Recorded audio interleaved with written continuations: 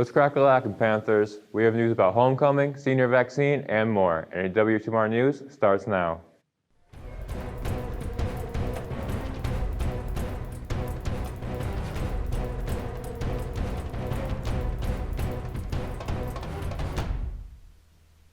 Good morning, Panthers. Today is 9 plus 10, 21. I am Gabe Stanley. Let's get right into it. Listen up, Panthers. It's homecoming time. The dance is September 25th. Sorry, excuse me. So get those permission forms finished and tickets bought. Everything is digital this year, and you can find them on the WHS Athletics website. If you want to be guaranteed a t-shirt, you must have your tickets purchased by today. Tickets for Whitmer Homecoming will be available for purchase starting Sunday, September 5th at 7 a.m. The ticketing will close September 24th at 11:59 p.m. The link is, again, in the description. Outside guests will not be permitted, and all Whitmer students will need an ID card for admission to the dance. There will be no re-entry. The homecoming dance will take place on Saturday, September 25th from 7 to 9:30 p.m. at Whitmer Memorial Stadium. Seniors, please turn in proof of getting the meningitis vaccine to the nurse. Seniors that have not had the vaccine will not be permitted to come to school on September 13th. It is considered an unexcused absence. The nurse has sent letters, robocalls, and emails to those students who still need their permission slip. If you have any questions, see the nurse. If you still need your vaccine, you can go to your doctor, local pharmacies, and the health department. If your parents choose to take you to a local pharmacy, please check your insurance copay before it is given to the county health department. The county health department offers low or no cost vaccines. You need an appointment to go to that clinic. The number is 419-213-2884 to make your appointment. You must take your parent and shot record to the clinic and stop by the nurse's office. Lunch today, Bambino's Pizza. All girls interested in playing as softball this season, there will be a meeting this coming Monday, September 13th, right after school at the Whitmer Softball Complex. Students, Panthers for Christ will hold their first meeting on Thursday after school in room 222.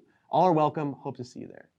As we approach the 20th anniversary of the 9/11 attack on our nation, Panthers for Christ and the Fellowship for Christian Athletes and the Social Studies Department invite you to join them on Friday, September 10th, to pray for the victims, families, survivors, and heroes of the 9/11 attack. We will meet around the flagpole located in the front of the school at 7:15 a.m. We look forward to seeing you there. To end today's broadcast with your joke of the day. I was walking around school and this lady started trashing my Vans. So I said, hey, you better check yourself. That's all for today, Panthers. Have a great one.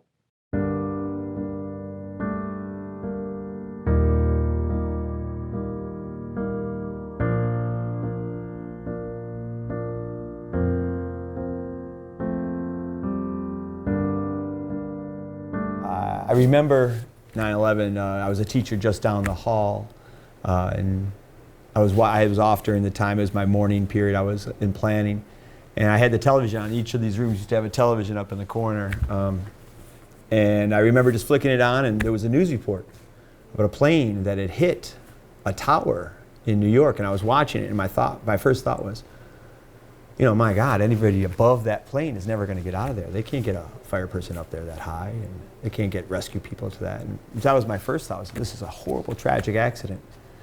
As I continued to watch, I saw the second plane go in. That's when I knew there was something going on. I went downstairs. I told the principal that something was going on and everybody should turn on the television. Subsequently, the entire school finally started to tune in, and we realized that this was going to be a day that we'd probably teach about in our history classes for the rest of our lives.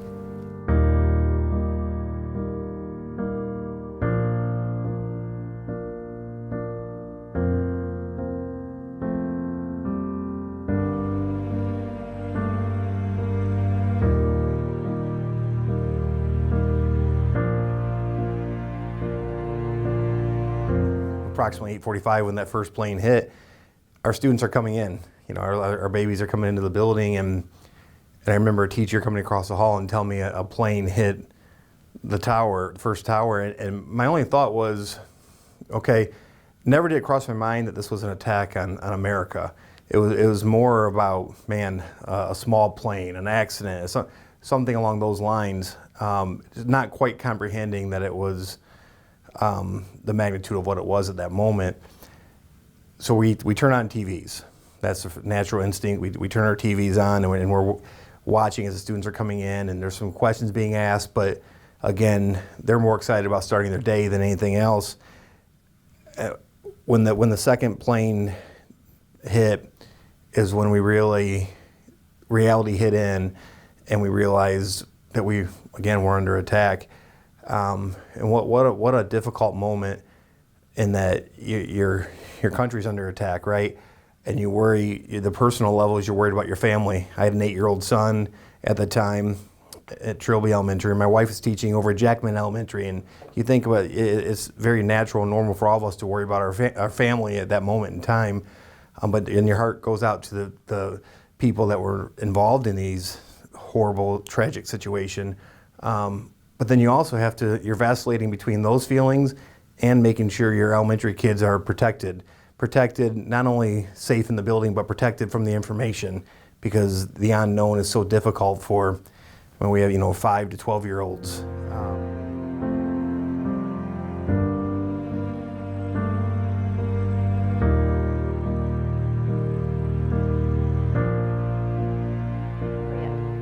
Now, on my way to third period, that's when kids started talking about, oh, America's being bombed, or someone's attacking the United States. And I'll be honest with you, having been kind of cut off from what was going on, I just kind of thought they were being ridiculous. I blew them off. I was like, oh my gosh, stop saying things like that. And I just went on to my third period class. Now, my third period class that day was honors chemistry, and my honors chemistry teacher was not known to stop teaching his class. And we started off the class normal. We were working, and all of a sudden, about 15 minutes into class, he got a phone call. And after that phone call, he turned on the TV. He didn't say much, but he turned on the TV. And since that was so out of character for what he was doing, we all just kind of looked at the television.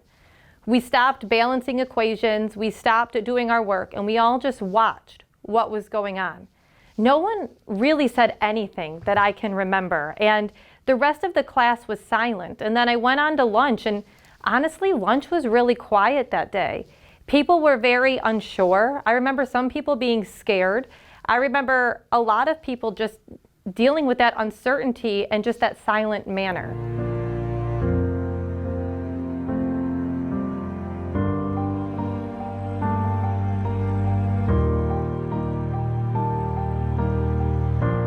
Yeah, it was my second year playing professional basketball in Spain.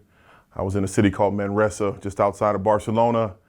I remember it like it was yesterday. A teammate of mine named Ferran Lavinia called me and said that a plane had hit the Twin Towers, and he didn't have the best English at the time, and my Spanish wasn't very good either.